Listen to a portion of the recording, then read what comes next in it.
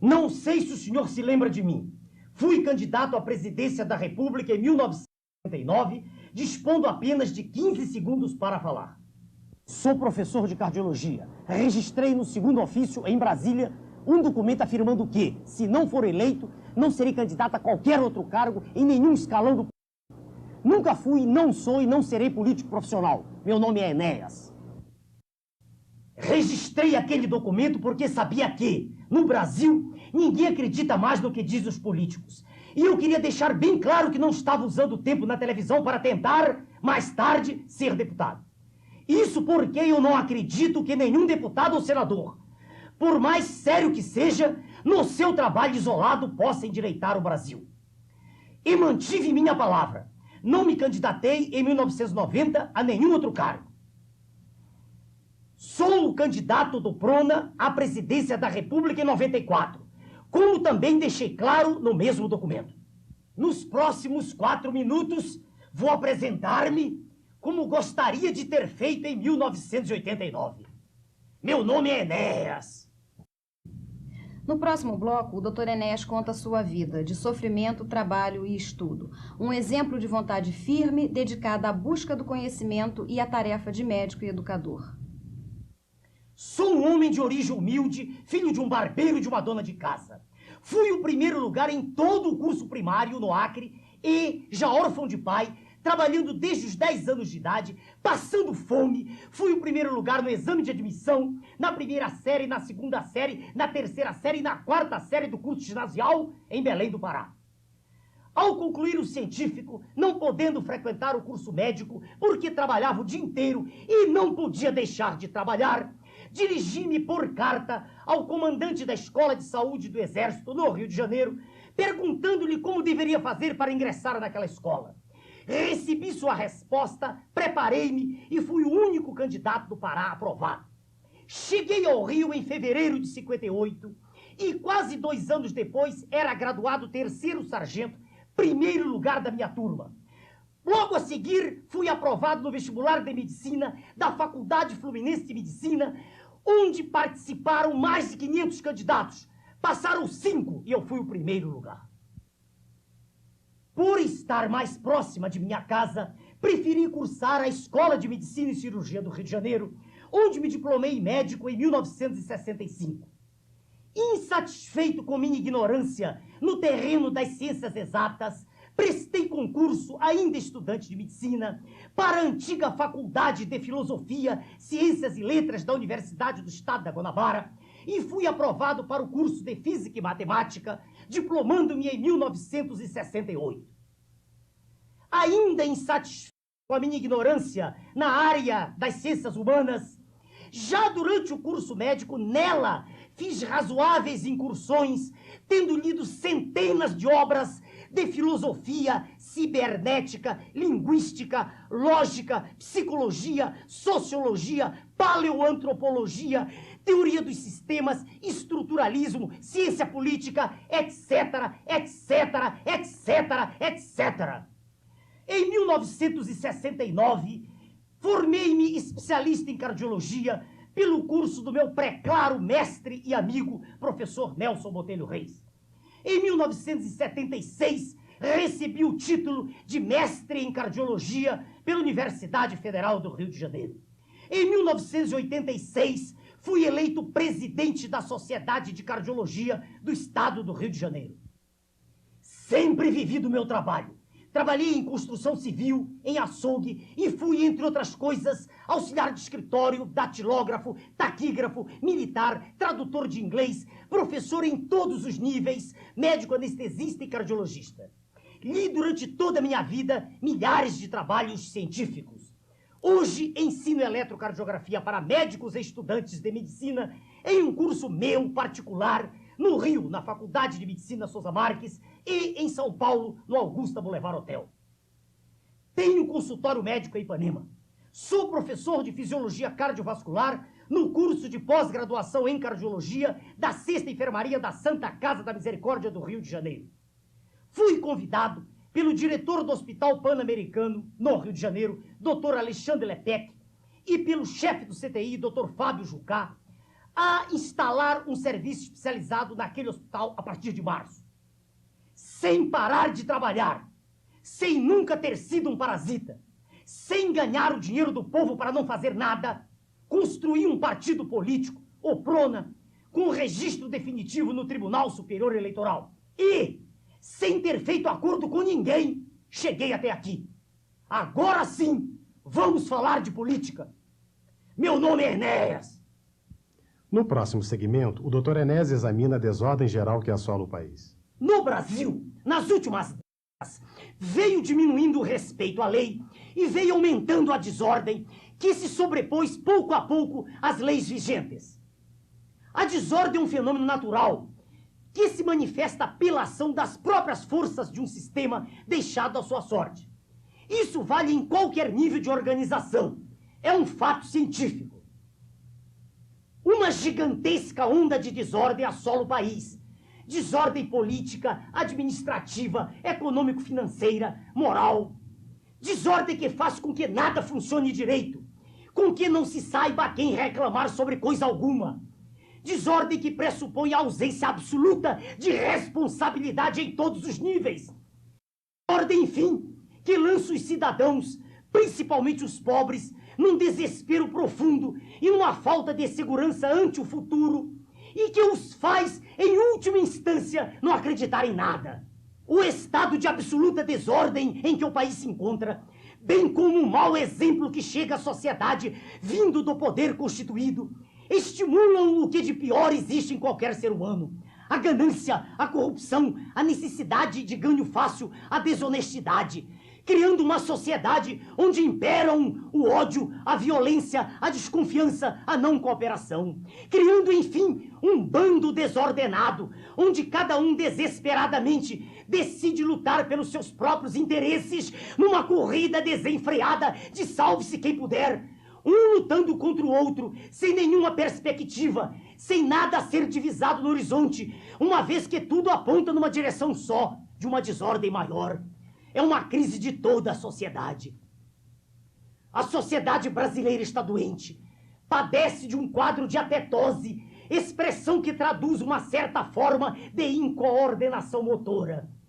Os diversos segmentos da sociedade, desarticulados, debatem-se, cada um tentando sobreviver ao verdadeiro estado de choque em que se encontra a nação. De 19 a 21 de dezembro de 1990, a Folha de São Paulo publicou, juntamente com mais 13 jornais do mundo, um caderno intitulado A Nova Desordem Mundial. No título está confirmada a tese do PRONA. A raiz de todos os problemas do país está na desordem. E a tendência natural, infelizmente, é o aumento da desordem. Do jeito em que estamos, como uma nau sem rumo, não chegaremos a lugar nenhum, a não ser que a sociedade, como um todo, se una em torno de uma ideia central, para que possamos emergir do fundo do oceano de inópia cultural em que estamos mergulhados para uma situação de ordem, com justiça social. Ordem que não será eterna, mas que, ao concluir o seu ciclo, nos deixará em um patamar mais elevado da condição humana. Meu nome é Enéas. No próximo bloco, o Dr. Enéas mostra a realidade da política brasileira. Não existe ideologia nem fidelidade partidária no país. Os partidos políticos no Brasil são aglomerados de indivíduos lutando por seus próprios interesses, leiloando o país entre si e distanciando-se tanto da sociedade que passam a constituir uma classe cheia de regalias que não tem nada mais a ver com os cidadãos que diz representar. Antigamente, o indivíduo cujo comportamento se afastava das normas de conduta ética era chamado um canalha. Hoje é chamado político. A grande preocupação do profissional da política é estar sempre no poder. Qualquer cargo serve. Uma vez eleito, nunca mais sai. Se não for eleito, haverá sempre alguém no governo disposto a oferecer-lhe um cargo. Entrou no sistema em um verdadeiro sindicato. Na verdade, o sindicato dos políticos não existe de direito, mas existe de fato. É o mais forte sindicato do país. Tem a imprensa toda, todos os dias, sempre pronta a bajulá-lo.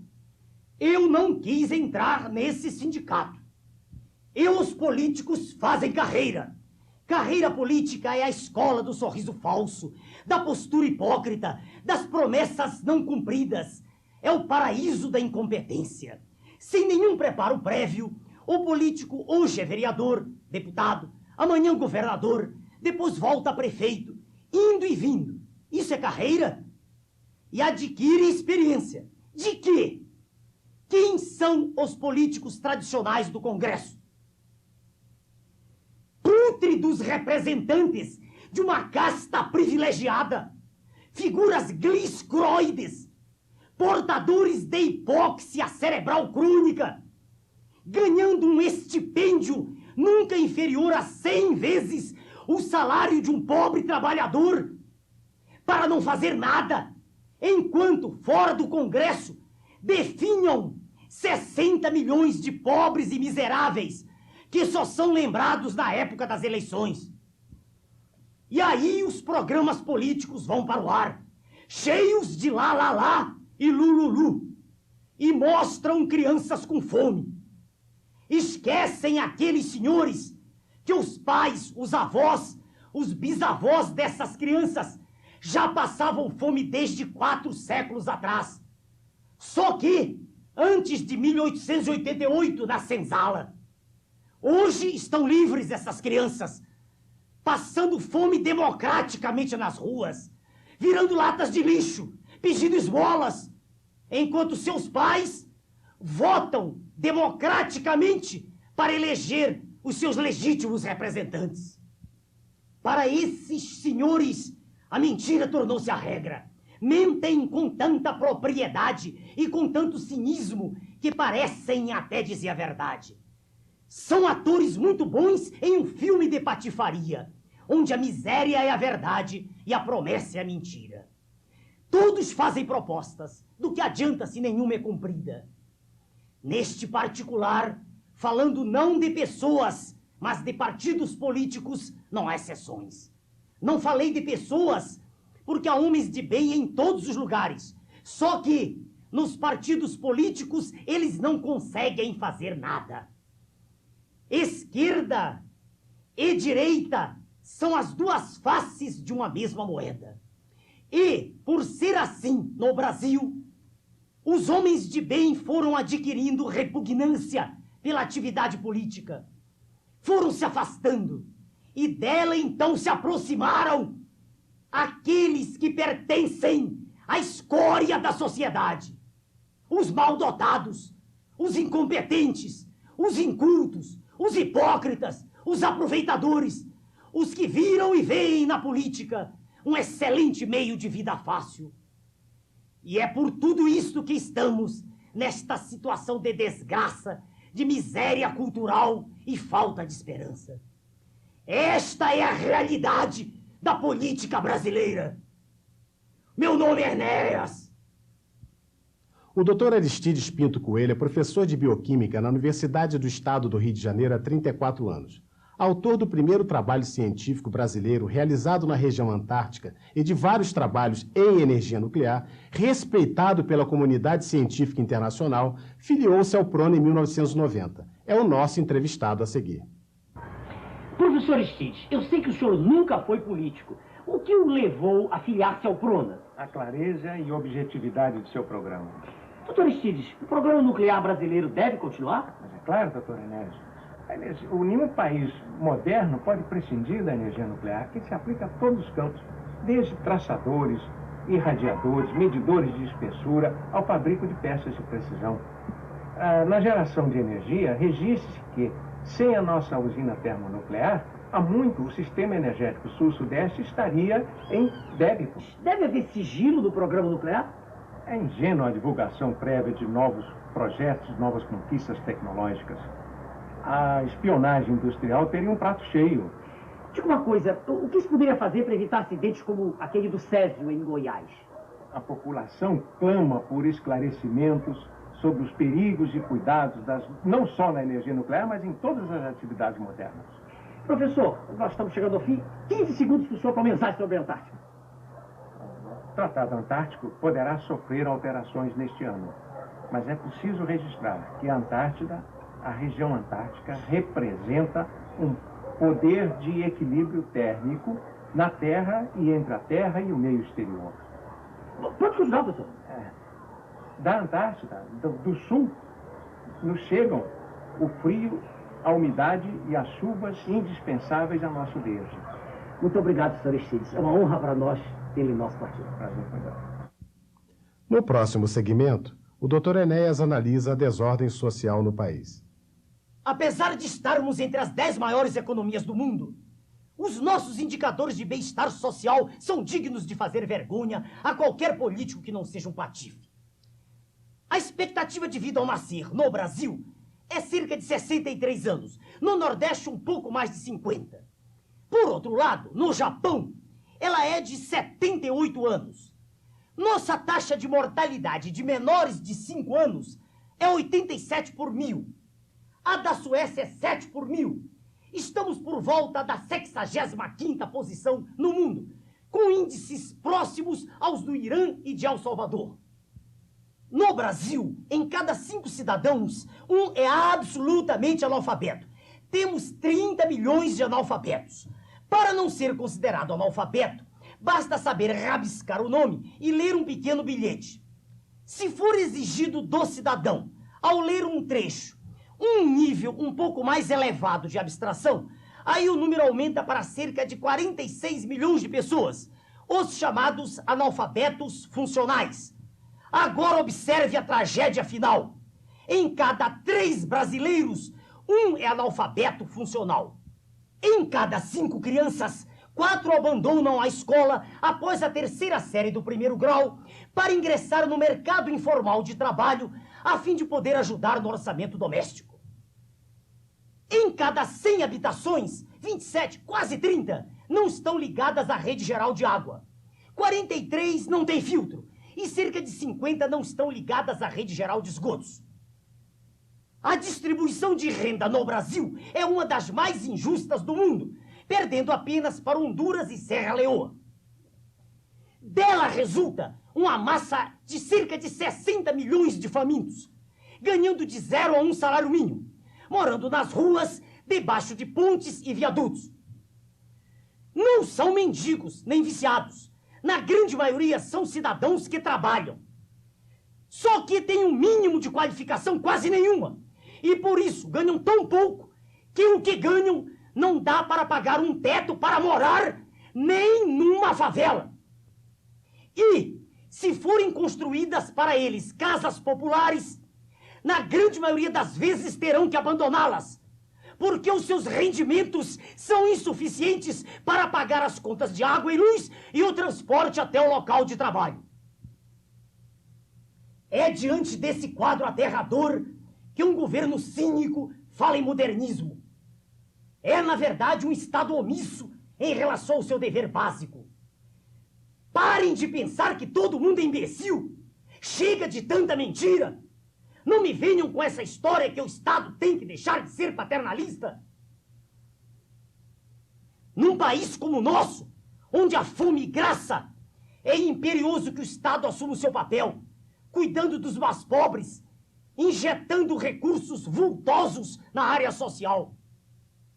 E isto não é ser bonzinho, é simplesmente não ser estúpido. Ou se faz isto, ou assistiremos todos nós, como já vimos assistindo, ao crescimento de uma horda, de uma legião de famintos assaltando casas, depredando lojas, estimulados e aplaudidos pela esquerda desordeira e irresponsável, liderada por um grupo de pacóvios que não conseguiram aprender nem com a experiência, que isso também não leva a nada. Essa é a realidade social brasileira. Meu nome é Enéas.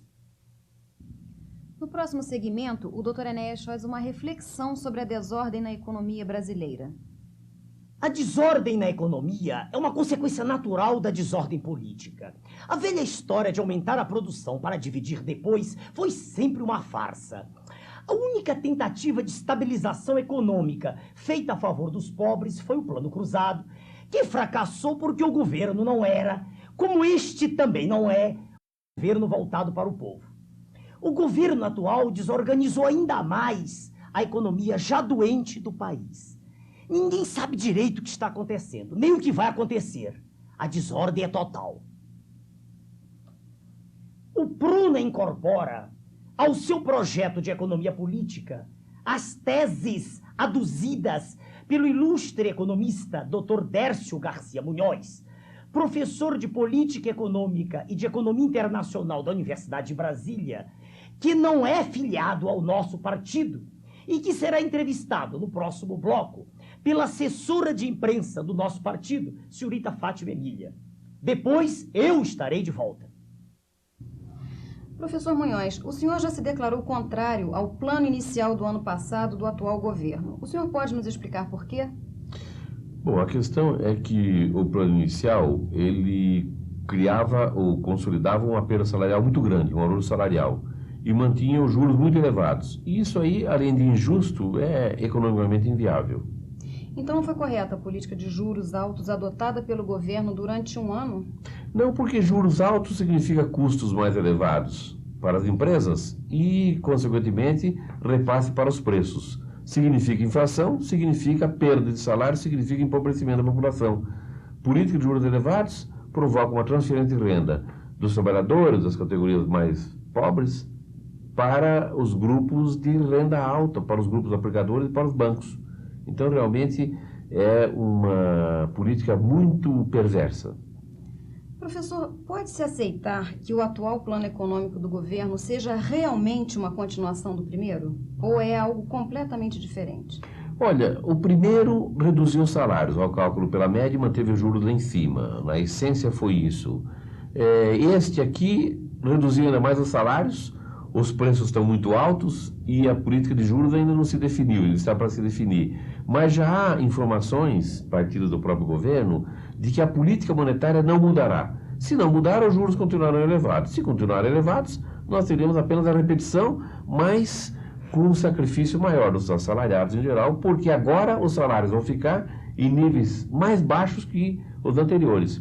E é interessante que essas políticas salariais, que você calcula pela média dos 12 últimos meses, você na primeira vez reduz os salários, na segunda reduz ainda mais, na terceira mais. Ou seja, se você aplicasse muitas vezes a política, o salário desapareceria. É totalmente irrealista. E eu creio até que as empresas não cumpriram muito a lei anterior e não vão poder cumprir essa lei atual. Porque senão o trabalhador, como pode se deslocar de casa, que forças ele terá para se deslocar de casa para o trabalho e para trabalhar e para ter eficiência? As próprias empresas veem que realmente isso aí é uma experiência sinistra de acadêmicos e não pode ser praticado. No setor público, infelizmente, acaba sendo praticado e passa a desorganizar o setor estatal, produtivo estatal, etc. O que significa que essas questões não são questões técnicas, têm que ser encaminhadas como questões políticas. Professor, há ou não recursos para se resolver os graves problemas sociais do país? Existem recursos. O Brasil tem recursos assim financeiros bastante. Imagine que nós conseguimos remunerar a especulação financeira na década de 80 com um custo de 100 bilhões de dólares. Só no final do governo Sarney, a coisa foi tão criminosa, a despeito talvez das intenções do presidente, mas foi tão criminosa na área econômica que o custo mensal da especulação financeira foi de 5 bilhões de dólares. Imagine, foram 9 meses de especulação desenfreada. Se nós pegássemos recursos de apenas um mês desse, nós transformaríamos o Brasil. Então, realmente, nós temos recurso, mas a sociedade, o Congresso, ninguém participa porque não há transparência das informações com relação à questão das finanças públicas. E é por isso que tem que se usar as estatais, os funcionários públicos, etc., como bode expiatório. Mas um governo que dominasse as informações sobre as finanças públicas, eu acho que poderia melhorar substancialmente as condições de vida da população do país. Professor, muito obrigado por tê-lo tido conosco no nosso programa. Está aí, um exemplo vivo de lucidez, preparo e decência. É só disso que o Brasil precisa. Meu nome é Enéas. No próximo bloco, o Dr. Enéas fala sobre a desordem na educação e aponta um caminho a seguir. A educação no Brasil está falida, do primeiro grau à universidade. O ensino de primeiro grau é o alicerce da formação do cidadão e obrigação indiscutível do Estado. Exemplo típico do desastre que ocorreu com o primeiro grau é o ensino da língua portuguesa. Fala-se muito mal no Brasil e escreve-se pior. Em todos os lugares, no jornal, no rádio, na televisão, nos anúncios colocados pelo governo, nos impressos em geral, há quase sempre erros de sintaxe e até de ortografia, fazendo com que o certo e o errado se confundam no espírito do cidadão brasileiro. Observe esta placa no Rio de Janeiro. Há milhares delas por aí. O senhor vê a abreviatura de horas, abreviatura escrita HS. E muita gente é capaz de jurar que está certo. Mas a abreviatura de horas é H minúsculo, sem S, sem ponto. Não pense que isso não tem importância. Se o senhor for fazer um concurso e escrever assim, estará errado. A língua é o maior de todos os patrimônios de um povo. Desrespeitá-la é desrespeitar a própria nacionalidade. Perguntaram, certa vez, a Confúcio, o sábio chinês, o que faria em primeiro lugar se tivesse que administrar um país. Seria, evidentemente, corrigir a linguagem, respondeu ele. Seus interlocutores ficaram surpreendidos e indagaram por quê. Foi a seguinte a resposta do mestre. Se a linguagem não for correta, o que se diz não é o que se pretende dizer. Se o que se diz não é o que se pretende dizer, o que deve ser feito deixa de ser feito. Se o que deve ser feito deixa de ser feito, a moral e as artes decaem. Se a moral e as artes decaem, a justiça se desbarata. Se a justiça se desbarata, as pessoas ficam entregues ao desamparo e à confusão. Não pode, portanto, haver arbitrariedade no que se diz. É isso que importa acima de tudo. O Prona, no poder, fará uma campanha permanente, de âmbito nacional, com o objetivo específico de corrigir a linguagem em tudo aquilo que for descrito no país, restabelecendo no povo brasileiro o respeito pelo vernáculo, o amor pela sua língua pátria. Mais do que o ensino formal, que já não existe, é preciso ser mudada toda a abordagem da educação do primeiro grau. A criança tem que aprender a respeitar as leis, a ordem, os mais velhos, a importância da honestidade, a importância da disciplina, a preservar o patrimônio público. Deve incorporar os seus deveres em relação ao Estado, assim como o Estado tem sua cota de responsabilidade para com ela. Para que tudo isso seja possível, o professor de primeiro grau terá que ser melhor preparado, para que possa, no futuro, voltar a ocupar a posição que já teve no passado de verdadeiro formador de cidadãos. Para isso terá que ganhar bem, e ganhando bem não terá por que não cumprir sua obrigação. Ninguém está satisfeito com a situação atual. Não é o prédio de concreto armado que torna melhor a qualidade do ensino. O que melhora a qualidade do ensino é o nível do professor. E bom ensino pode ser ministrado até numa choupana, 8 horas por dia, 240 dias por ano. Chega de perder tanto tempo. Chega de procrastinarmos soluções. Chega de sermos um dos povos mais atrasados do mundo. Meu nome é Enéas. A mensagem do Dr. Enéas é sempre de educação, sempre de confiança na importância do conhecimento. É o que os senhores podem observar na homenagem que lhe foi feita pelo senhor Fausto Silva no programa Domingão do Faustão da TV Globo. Enéas, na verdade foi uma homenagem a você. As crianças curtiram o teu trabalho como comunicador. E agora então eu pediria que você em 15 segundos dissesse para nós aqui o seguinte: O Brasil vai mudar para melhor ou para pior? Em 15 segundos. Para as crianças e para todos, claro, aqui e fora que estão vindo. O mais importante de tudo é estudar, é aprender. Estudando e aprendendo, o indivíduo é livre. Ele consegue lutar por uma sociedade melhor. Uma sociedade melhor, sem nenhuma dúvida, só será feita quando cada um tiver uma ideia do mundo em que vive e de si próprio como cidadão dentro da sociedade. Muito obrigado, meu nome é Enéas. Enéas! Muito obrigado, Enéas. Parabéns! Sendo homenageado aqui, aplaudido de pé pela galera. Mano, olha aí. O fracasso no ensino do primeiro grau e do segundo grau é evidente no resultado dos exames vestibulares. No Rio de Janeiro, no grande vestibular unificado de 1989, de cada 3 candidatos que fizeram prova, um pelo menos tirou nota 0. Foram mais de 22 mil zeros.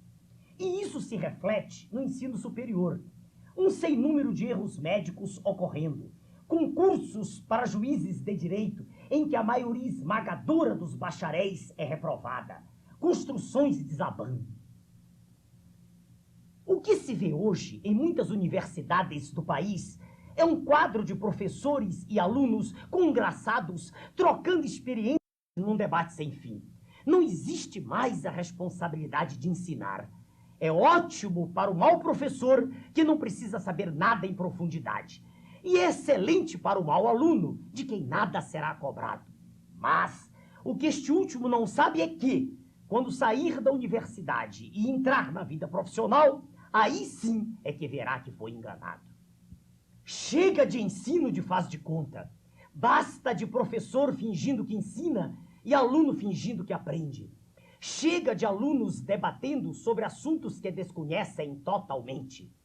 Primeiro as aulas, depois os debates.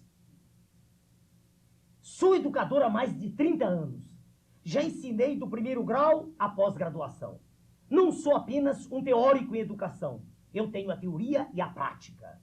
É preciso modificar toda a educação no país.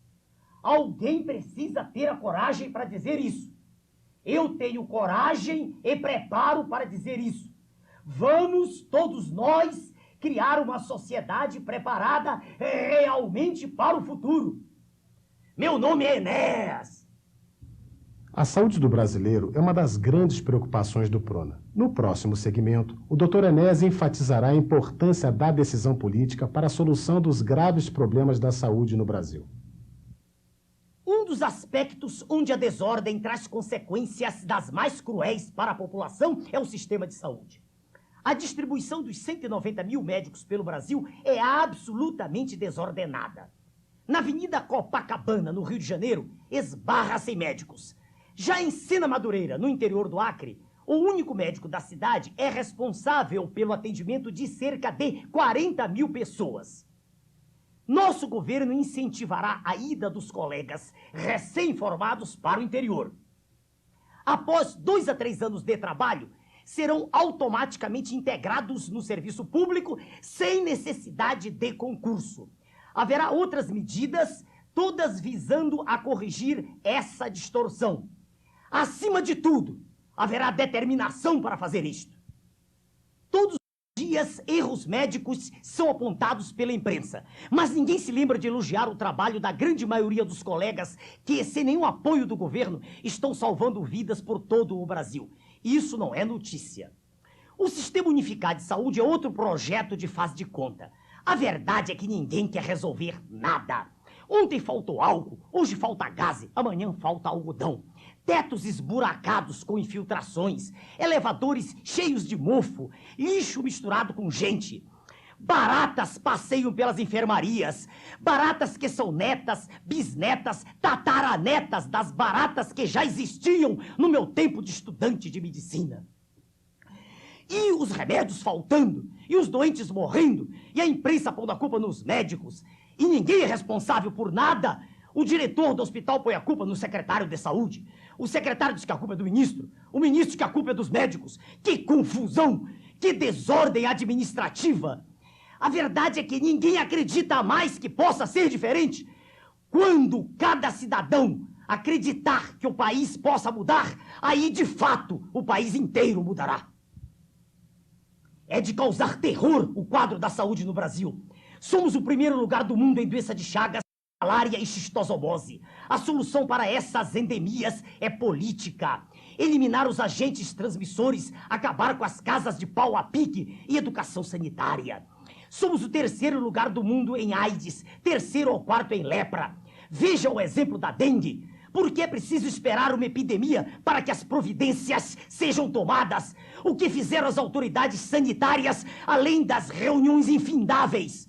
Acontece que o ato de matar mosquitos, de construir esgotos, fazer campanhas contra fumo e contra hipertensão não dá voto, nem é notícia. E assim a solução é protraída. Um vai passando para o outro e dando declarações para a imprensa. Ou se muda o modelo político vigente, do qual tudo decorre, saindo desta situação de faz de conta para a situação de ação plena, ou continuaremos nesta marcha de tartaruga, campeões do mundo em tudo que não presta. Meu nome é Enéas. O Dr. Enéas é um médico respeitadíssimo pelo seu preparo. Só em 1990 foi conferencista convidado pela Faculdade Evangélica de Medicina do Paraná, pela Faculdade de Medicina de Pouso Alegre, em Minas Gerais, pela Faculdade de Medicina de Sorocaba, em São Paulo, pela Sociedade de Medicina e Cirurgia do Rio Grande do Norte e pelo Instituto de Cardiologia do Rio Grande do Sul. Agora, nos próximos 30 segundos, os senhores assistirão ao que ocorreu no encerramento de uma palestra que ele proferiu sobre fisiologia do esforço na Academia de Ginástica Runner, em São Paulo.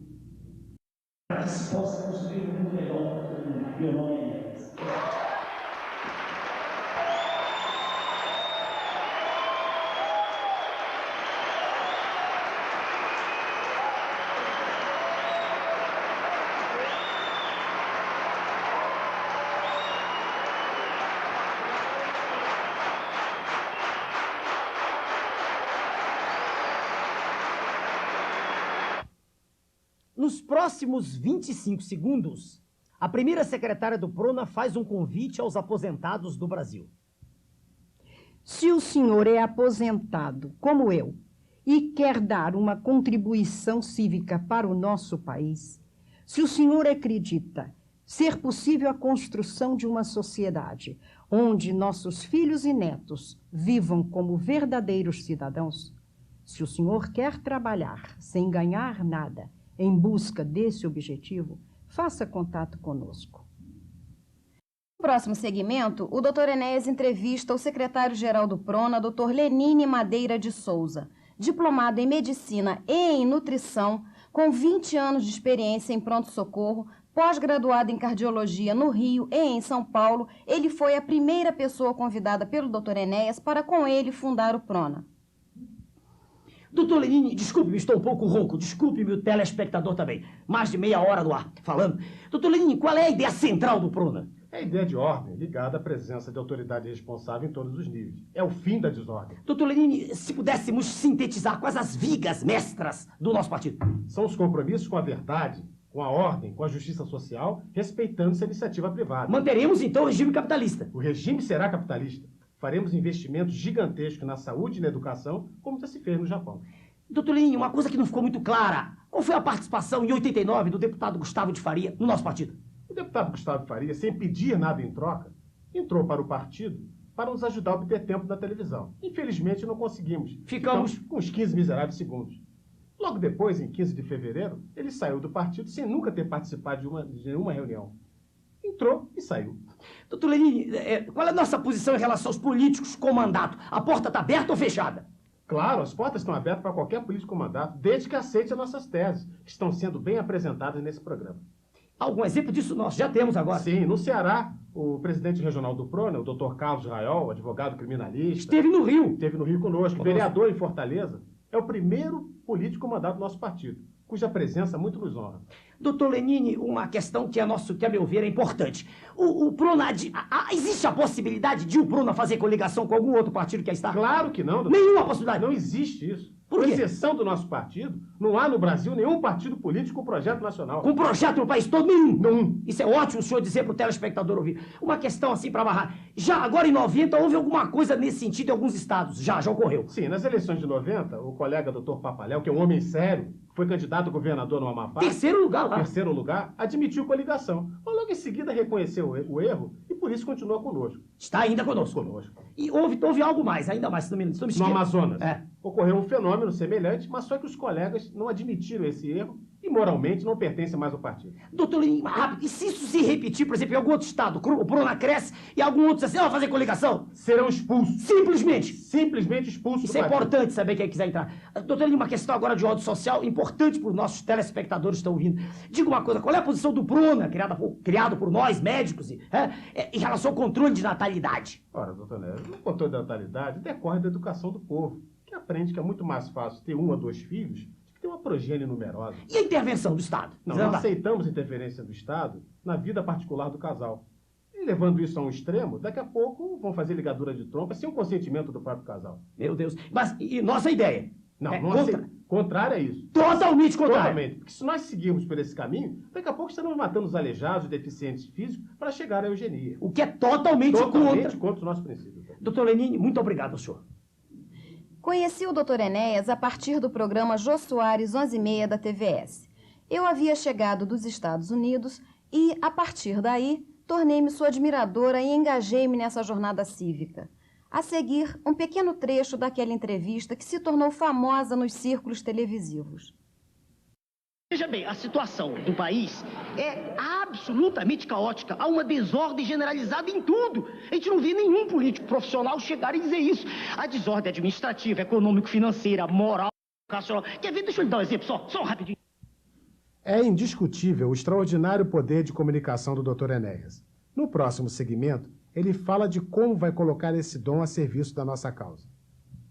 Usaram o meu nome e a minha imagem, sem nenhuma autorização minha, para vender toda uma gama de produtos do norte ao sul do país. Venderam frangos, eletrodomésticos, gêneros alimentícios, telefones, automóveis, passagens aéreas e terrestres, estádios e motel, etc, etc. O sucesso foi estampado nos jornais. Só pararam porque foram notificados judicialmente pelo meu advogado. A única publicidade que eu fiz foi gratuitamente para a instituição ProRim em Santa Catarina, que não visa a lucro. Por que tantas empresas usaram meu nome? Porque, com apenas 15 segundos, meu nome tornou-se conhecido em todo o Brasil como sinônimo de sinceridade, de honestidade, seriedade, segurança e sucesso. Porque meu nome vende. Meu nome é Enéas. Vamos esclarecer bem essa questão de publicidade. Se qualquer empresário quiser ligar um produto seu a meu nome e a minha imagem, estou disposto a anunciar tal produto desde que não seja cigarro ou bebida alcoólica.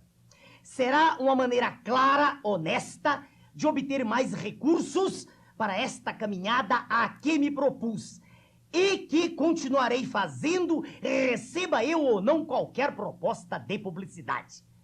Visitarei todas as capitais do país, como, por exemplo, Fortaleza, onde estive recentemente em dezembro.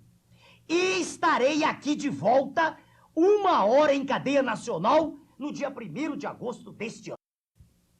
Usando apenas meus próprios recursos e os de minha família, sem ajuda econômica de ninguém, cheguei até aqui. E continuarei até o fim. Meu nome é Enéas. No próximo bloco, o Dr. Enéas examina o comportamento da imprensa com Prona e lança um alerta à população. A imprensa tenta esmagar o que é novo, o que é realmente diferente de tudo que aí está. Quando não há nada a dizer, inventa. De tantos exemplos que tenho, vou escolher apenas 2. Um jornalista do jornal O Estado de São Paulo, a meu respeito, escreveu: O nome dele. Ex-alunos do candidato Meu Nome é Enéas revelam a fraude eleitoral do ano. O candidato do Prona é conhecido na intimidade como Carneiro.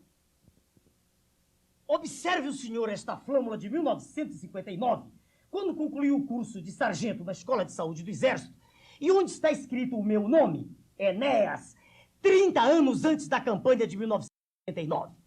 Em 1987, no meu livro, distribuído para todo o Brasil pela livraria Ateneu, na capa está escrito o meu nome, Enéas. Sempre foi Enéas. Nunca fui conhecido por outro nome. Tal comentário mentiroso é de uma sordidez sem par. O senhor perguntará: Por que não usou seus direitos? Por que não reclamou? Isso é uma farsa! Eu fiz quando o Jornal do Brasil escreveu, tecendo comentários irreverentes de alguns políticos a meu respeito. Mandei uma carta. A carta foi arquivada. No final da eleição, quando o JB quis entrevistar-me outra vez, aí sim publicou minha carta. Quem agiu de modo mais democrático? O coronel comandante da Escola de Saúde do Exército, que respondeu a uma carta de um garoto pobre desconhecido de Belém do Pará? Ou o Jornal do Brasil que, violando o direito de resposta, arquivou até depois das eleições a carta de um presidente de um partido político?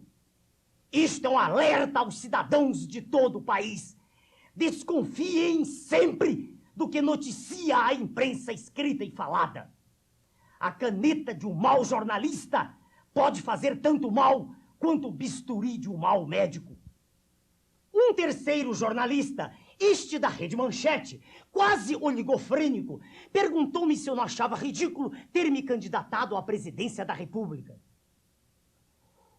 É ridícula a candidatura de um cidadão que passou a vida inteira estudando, trabalhando e preparando dezenas de milhares de jovens, com um currículo tão vasto e eclético, do qual nenhum dos outros candidatos sequer chega perto, que, indignado, num determinado momento da sua vida, sem nenhum interesse pessoal, decidiu utilizar toda a sua força, a sua inteligência, o seu preparo, a favor de um país quase destruído pelos pascácios que o vêm dirigindo há décadas. Não é ridículo que um homem, apenas por ter sido pobre e líder sindical, sem nada ter aprendido ao longo da vida a não ser fazer greves, aspire a ser presidente da República? Não seria isso um absoluto desrespeito a todas as pessoas com capacidade de comando, inteligência e preparo neste país? Não seria um exemplo de que o estudo não serve para nada? Não seria um desestímulo a todas as crianças e adolescentes deste país? Aqui fica o meu agradecimento pelo modo imparcial e respeitoso com que fui entrevistado, antes das eleições, a toda a imprensa gaúcha, aos senhores Jaguar do Pasquim, Marcelo Tass da Folha de São Paulo, Cataldi, Bagueira e Berto Filho da TV Rio, Ferreira Neto da TV Record, Boris Casoy da TVS, senhorita Adriana Barsotti do Estado de São Paulo e, em particular, ao senhor Jô Soares, o primeiro que me permitiu pudesse eu expor minhas ideias antes mesmo de aparecer no horário eleitoral gratuito. A imprensa tem que ser livre, mas tem também que ser responsável. Meu nome é Enéas. No próximo bloco, o Dr. Enéas faz um balanço da desordem que ocorre no atual governo. Nunca, na história do Brasil, nenhum governo apropriou-se do dinheiro de todos os cidadãos. E o pior é que não adiantou nada. Quase um ano depois, o produto interno bruto caiu no mínimo 4%. A economia encontra-se estagnada. O desemprego aumentou e a inflação está em torno de 20%. Sobre a tão decantada economia, feita em cima dos funcionários públicos, ouçamos o que diz o Dr. Dércio Munhoz, professor de Política Econômica e de Economia Internacional na Universidade de Brasília, que não é filiado ao nosso partido, como eu já disse anteriormente neste programa. Depois dele, eu estarei de volta. Professor, se todos os funcionários públicos da administração direta, civis e militares, fossem demitidos, qual a economia que seria feita pelo governo? A irrisória. O funcionário público de bode expiatório e feliz no Brasil para uma série de coisas que não são muito claras na área das finanças do governo. Se você demitisse todo o funcionário, você teria algo como 1,5% do PIB, assim, coisas irrisórias, ou 5% das receitas do governo. Então, comparando com outros países, o Brasil tem um excesso de funcionários públicos? Não. O dispêndio é relativamente não significativo, tanto é que se gasta com funcionário público, incluindo aposentados e pensionistas, o governo gasta metade daquilo que permite a Constituição, que permite 65%, e gasta-se mais ou menos 1/3. E comparativamente a outros países, tem muitos estudos que têm sido publicados, mostram que o Brasil tem um número relativamente pequeno de funcionários públicos no âmbito federal, que se tem, assim, informações mais precisas. Foram vendidos carros oficiais e mansões. Para onde foi o dinheiro? Uma coisa é certa, o patrimônio público está sendo dilapidado. E, dentro da onda, lá vão embora as estatais. Na área da educação, nada foi feito. Sua Excelência, o ministro, conhecido profissional da política, que não tem nenhuma experiência no assunto, passou o ano inteiro preocupado com as mensalidades do ensino particular, como se aí estivesse o problema central da educação no país. No terreno da saúde, causa espanto a todos nós, médicos, a ignorância específica de Sua Excelência, o ministro, no que concerne às medidas que deveriam ser tomadas para corrigir a catástrofe do sistema de saúde no país. Quando Sua Excelência demite toda a diretoria de um hospital no Rio de Janeiro porque encontrou más condições de higiene, Sua Excelência demonstra desconhecer, por certo, a realidade da maioria dos hospitais públicos do país, fato, aliás, que já foi comentado neste programa. O ministro demitiu colegas nossos, médicos, de notório saber, para fazer economia de centavos. Seria interminável a lista de estultices cometidas por Sua Excelência, todas decorrentes da falta de preparo e de inteligência do titular da pasta da saúde. Comentário, aliás, divulgadíssimo no nosso meio médico. Sua Excelência, o ex-ministro da Justiça, cometeu uma série de afrontas à Constituição. O curioso é que ele tinha sido o relator da Constituinte. Que Constituinte? Sua Excelência, o atual ministro da Justiça, notoriamente, reconhecidamente não jurista, é apenas um articulador político do governo. Consubstanciando o ridículo dos governamentais, o povo assiste ao espetáculo teatral de um ministério mirim. Não há comentário a fazer. Meu nome é Enéas. No decorrer dos próximos 2 minutos, o Dr. Enéas comenta a ação de Sua Excelência, o Presidente da República, e lhe faz uma sugestão. Sua Excelência disse que não mexeria nas cadernetas de poupança. Mexeu. Nada justificaria tal atitude. O país não está em guerra. Sua Excelência prometeu melhorar a qualidade de vida dos pobres. Mentira. Nunca o salário mínimo atingiu um patamar tão baixo na história do Brasil desde que foi criado. A recessão em que o país mergulhou deixou morando nas ruas milhões de pessoas, em proporções nunca antes vistas. Sua Excelência disse que ia aumentar a produção. O produto interno bruto despencou em 1990. O país está mais pobre. Sua Excelência afastou do trabalho centenas de milhares de funcionários públicos, levando-os e as suas famílias ao desespero. Tudo inútil. Sua Excelência justificou tudo isso dizendo que era para acabar com a inflação. A inflação atual está em torno de 20%. Presidente Fernando Collor, Vossa Excelência tem agora, no próximo dia 15 de março, uma opção séria. Em vez de apresentar novos planos, novas estatísticas ao povo que não come números, tome uma decisão firme. Renuncie. E, para que não haja dúvidas no espírito de Vossa Excelência sobre a autoria desta sugestão, eu sou o presidente da Comissão Executiva Nacional do Partido de Reedificação da Ordem Nacional, o PRONA. Meu nome é Enéas. Começa agora, aqui neste programa, a campanha do Dr. Enéas para a presidência da República do Brasil em 1994.